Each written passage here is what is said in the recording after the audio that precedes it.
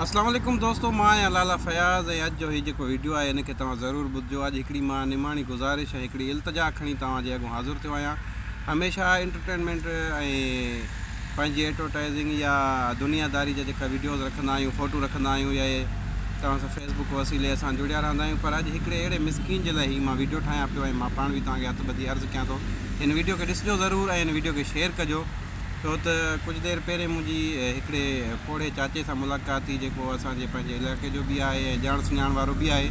सो हिकिड़ो सफ़ेद पोश माण्हू जॾहिं कमाइण खां लाचार थी वेंदो आहे, उनखे सहारो जॾहिं न हूंदो आहे त उनजो हाल कीअं हूंदो आहे, हू कीअं गुज़ारींदो आहे पंहिंजी ज़िंदगी। सो उनजी ॻाल्हियुनि मां ऐं उनजे हिकिड़े वहंदड़ ॻोढ़नि मां मूंखे महसूसु थियो, जेको मूं हुनजूं ॻाल्हियूं ॿुधियूं। मथे पोस्ट जेकी मूं लिखी आहे उनखे तव्हां पढ़ंदा, उनखे तव्हां शेयर कंदा ऐं उन में ई तफ़सील सॼो लिखियलु आहे। सो वीडियो में हर शइ बयानु नथो करे सघां ऐं ॻाल्हि डिघी आहे, एतिरो वॾो वीडियो को दोस्त ॾिसी कोन सघंदो। सो हिकिड़ी गुज़ारिश इहा आहे त हिन पोस्ट खे वधि खां वधि शेयर कयो। ॿी गुज़ारिश इहा आहे त जेका बि वस वारा, जेका बि सनंदी वारा असांजा दोस्त, मुंहिंजा पहिरीं प्यारा भाउ मूंखे ॾिसनि पिया, मूंखे ॿुधनि पिया, उहे हिन ॻाल्हि ते गौर फ़िक्र लाज़मी कजो ऐं थोरी बि अगरि उन मिसकिन जी तव्हां मदद कई त उनजी भलाई थी पवंदी।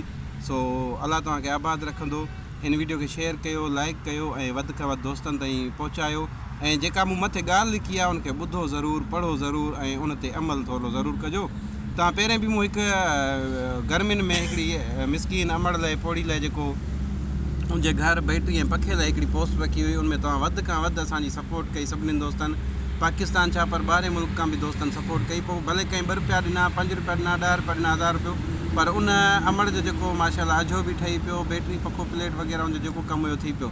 सो मां हिकिड़ो नंढिड़ो आर्टिस्ट आहियां, सोशल वर्कर बि पाण खे कोन सॾाईंदो आहियां, पर ईअं थोरी का ॻाल्हि जेकॾहिं असांजे